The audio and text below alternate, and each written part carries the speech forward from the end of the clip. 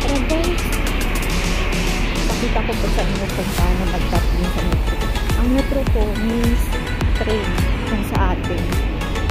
Tinatawag po dito is ang tawag po dito is Your attention please. The train to Center Point will arrive at platform 1. yung may nagsasalita sa ano yun, sa train.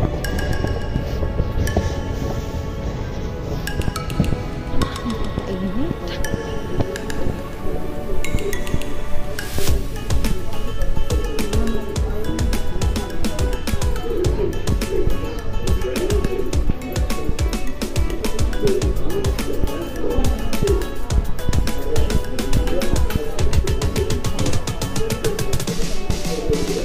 So, ang destination ko po is Center Point.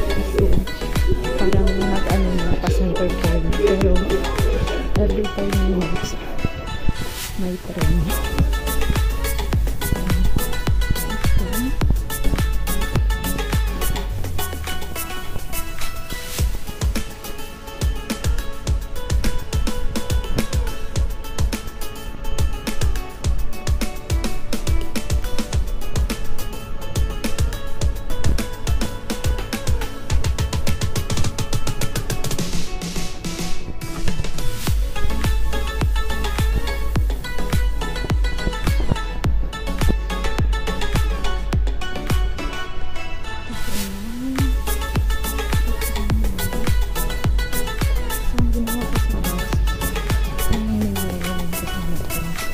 Pagpasok ng makeup ko, paglabas ng makeup ko.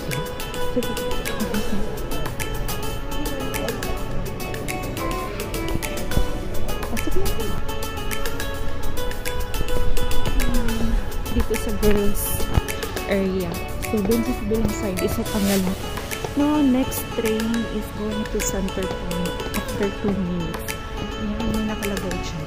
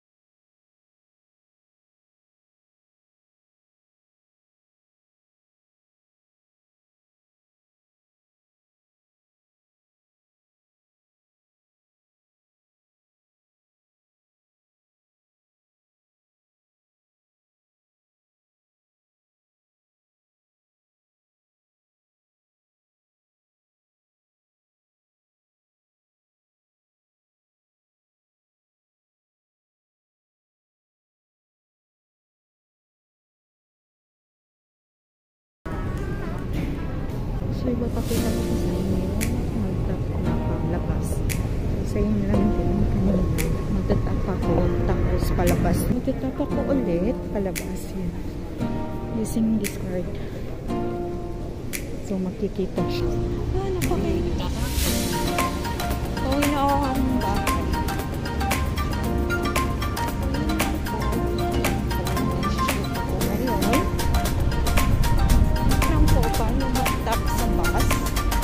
Papasok at saka labas. So, pag pumasok ka, mag-tap ka, SIM card lang ang gagamitin mo.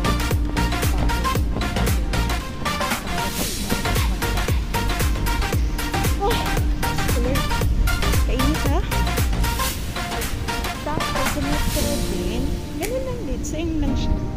So, yung ginagamit mo na null card sa bus at saka metro, same lang. So, ang kailangan mo lang gawin is kailangan may balance yung card mo. So, hindi siya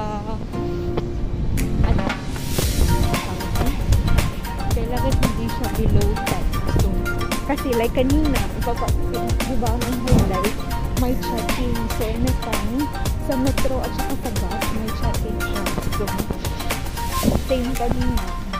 Parang ano na, random check. So, depende sa kanila kung kailangan nila mag-check.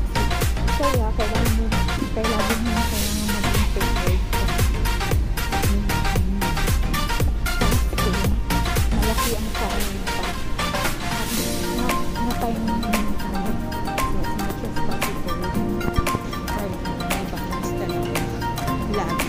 Kailangan ba balance mo sa card para safe.